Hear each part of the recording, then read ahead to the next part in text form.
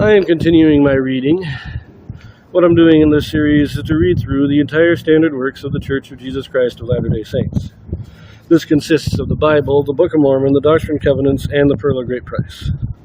I am reading in a chronological order of events, not according to publication or volume, so I will be skipping around just a little bit as I move along. Right now I am reading in the end of the reign of King Solomon.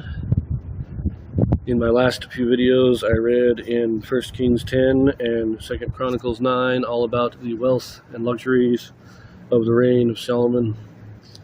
Now we are getting to the final days. I am turning now to 1 Kings chapter 11. Now, before I actually read this, I do have to mention this chapter contains Joseph Smith translation.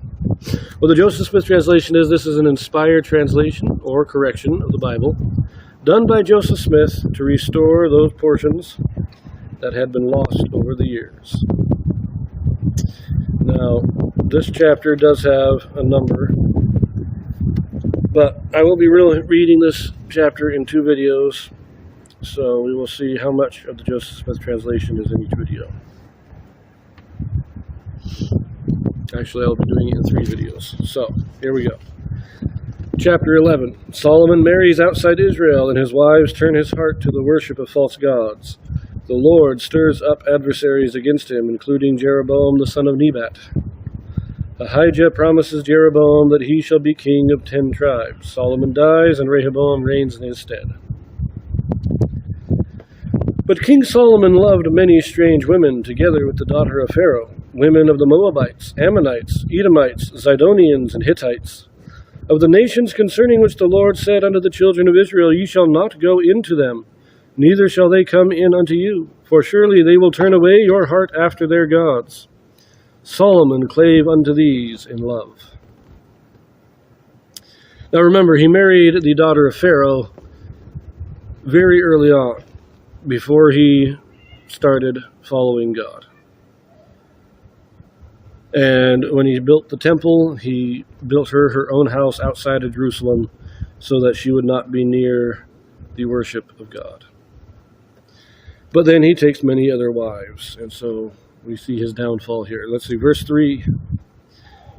And he had 700 wives, princesses, and 300 concubines. And his wives turned away his heart, for it came to pass, when Solomon was old, that his wives turned away his heart after other gods, and his heart was not perfect with the Lord his God, as was the heart of David his father. For Solomon went after Ashtoreth, the goddess of the Zidonians, and after Milcom, the abomination of the Ammonites. And Solomon did evil in the sight of the Lord, and went not fully after the Lord, as did David his father. Let us pause there, because we have some Joseph Smith translations here in verse 4 and verse 6. So let us take a look at this. Verse 4 states, in his old age, his wife,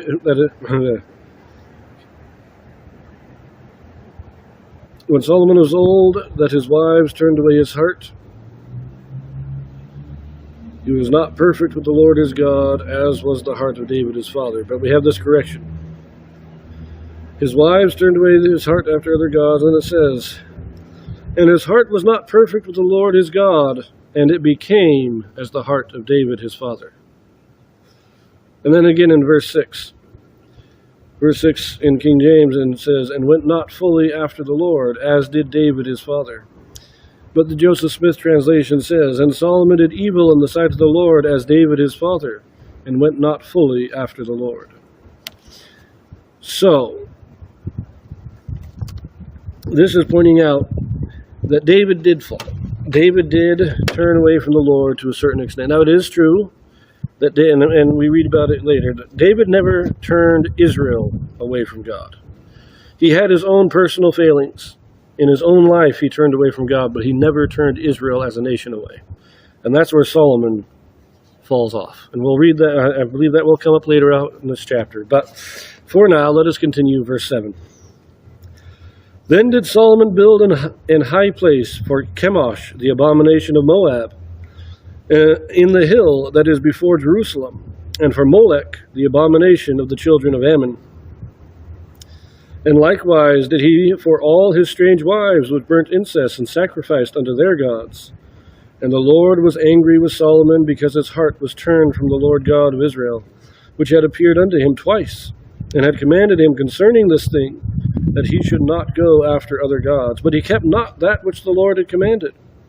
Wherefore the Lord said unto Solomon, Forasmuch as this is done of thee, and thou hast not kept my covenant and my statutes which I have commanded thee, I will surely rend the kingdom from thee, and will give it to thy servant. Notwithstanding in thy days I will not do it, for David thy father's sake, but I will rend it out of the hand of thy son. Howbeit, I will not rend away all the kingdom, but will give one tribe of thy son, one tribe to thy son, for David my servant's sake, and for Jerusalem's sake, which I have chosen. We are going to leave that there for this video. Solomon turns away. He starts to seek to please his wives more than to please God. And this leads him to build high places. It doesn't say that Solomon himself was doing these sacrifices. And I don't think that he was exactly. I think he still wanted to follow God. His idea was, I'll worship God, but I love my wives, and I'll let them worship who they want to worship. But he set up an example to Israel, saying that it is okay to worship other gods.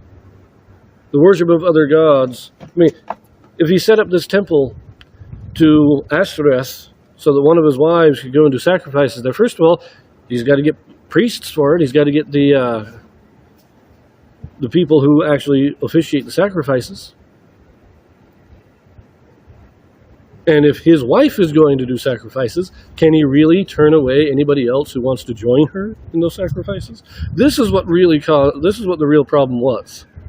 It wasn't that Solomon was necessarily sacrificing to these gods, but that he permitted the practice in Israel, and it led Israel astray. Now you'll also note, God says, look, I'm going to take the kingdom away from you. I'm going to give it to your servant. But because David was such a great man, because your father was good, we're going to preserve one tribe to you. You're going to get to keep part of the kingdom. And this won't happen. It'll be your family will still keep part of the kingdom, but your son is going to lose 10 of it.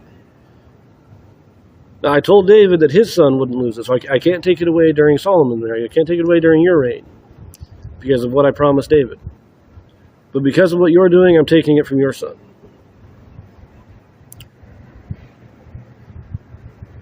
Remember that it was the righteousness of David that preserved the southern kingdom to his family. The reason why David's dynasty lasted so long is because of David. Now, there were other good kings, as we will read later on, that definitely helped extend the time, but David was promised that his family, his children, would sit on the throne as long as they were righteous. And God keeps his promises.